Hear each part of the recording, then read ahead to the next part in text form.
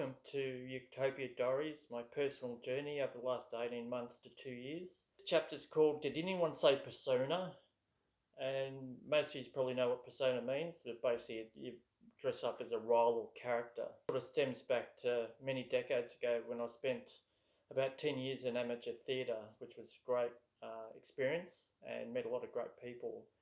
And basically what happened was a while ago I came across steampunk fashion, and I'll put a photo up later of some of the fashion that steampunk represents. But basically it's based on science fiction set around the 18th century, where mechanical machines were steam powered rather than current technology. That's where the fashion sort of stems from. Jules Verne's the author. A lot of his books were sort of based around that Victorian era. These that have come out that have steampunk fashion in it, you know, things like 20,000 Leagues Under the Sea, Van Helsing, The Golden Compass, Hellboy, and a few others. But the thing is, I didn't want to go overboard. I always liked the bowler hat. I thought the bowler hat, and I thought, yeah, that's pretty Victorian. But basically from there, I've gone through various stages up till now, which I'll show you. So I'll stand up and we'll go. So this was my first attempt with the hats and the vest and the shirt. And I had initially bought a few Hawaiian type shirts, but was trying to find some that had the Australian native fauna on it. Black vest, dark pants. And then from here I went to, got the bowler hat, steampunk fashion based on mechanical items, you know, like clocks, hence the clock face and a few cogs and things on there. So that was my first bit of steampunk fashion, if you want. Then from here went to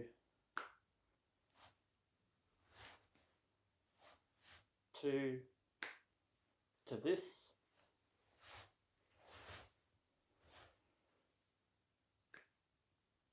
But for now, I'll probably settle on something like this.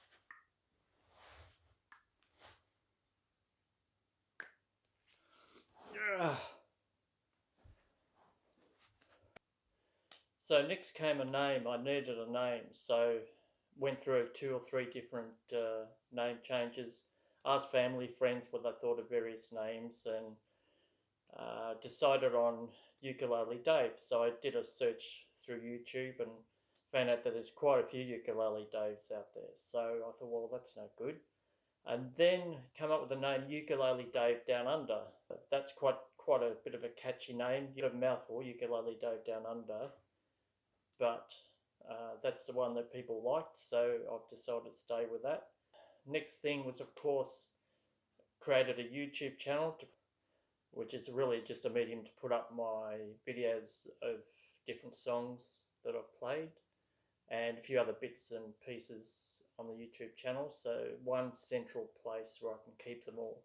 Of course, with videotaping, that's a whole new world, YouTube channel, and you know, filming and editing, and you know, takes a lot of time and effort. So it's been a learning curve. Really, last probably 2-3 months have been a learning curve regards to YouTube channels and just recording. You know, you when you record outside, can't control the environment. So you know, between dogs barking, people mowing the lawns, aeroplanes, it gets pretty stressful. And you find those times where you can quickly record. It's like, okay, now's the go, record. Got that sort of semi-sorted out. And of course, you know, you watch YouTube channels and, you know, people forever subscribe, ring the bell, likes, dislikes.